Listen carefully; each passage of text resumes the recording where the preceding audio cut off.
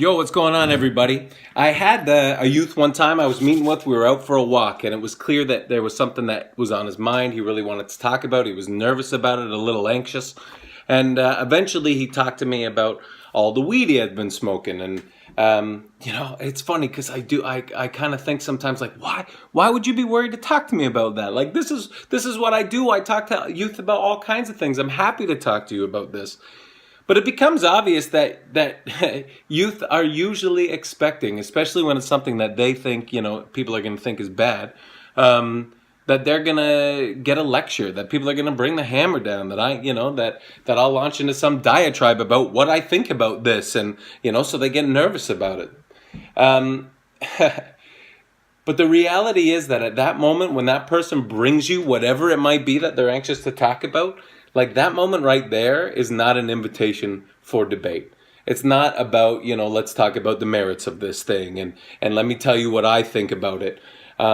Instead, right there, a window is opening. They're inviting you into their vulnerability. And that's actually a really, really incredible space to be invited into. Because the reality is that love does not seek to control others. It never does. That's not love, right? Real love, at its best, it opens up space to give people the opportunity to figure out what they think about things. What are your goals? What are your values? What do you think a positive future for you looks like? Then we can work towards that. Like there was one youth I was mentoring who described himself as having an addiction to marijuana. Those were his words. So, okay, let's deal with that. Let's talk about those things that you value more, that you feel like this is getting in the way of. Maybe set some goals towards centering your life around those things. Then I had another youth I met with regularly who was kind of like a pot activist. Used to go and participate in rallies and stuff like that, talking about legalizing marijuana or the use of hemp and stuff like that. So we talked about that.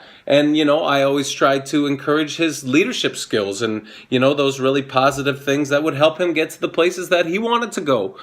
Because at the end of the day, it's not about me and it's not about you. Youth invites you into that space. That's incredible, because the most important thing is that when they have something that they're anxious to talk about or nervous to talk about or that's been bugging them, that they have a place to bring it. And if you are that person, again, what an opportunity, what an incredible place to be in. And it's important for them to know that no matter what it is, they're going to be met with love and grace and positivity and open space. And that no matter how many times they may stumble on their own journey towards their own goals, they're going to have a cheerleader in their corner always saying, "You're amazing. I believe in your capacity to achieve your dreams."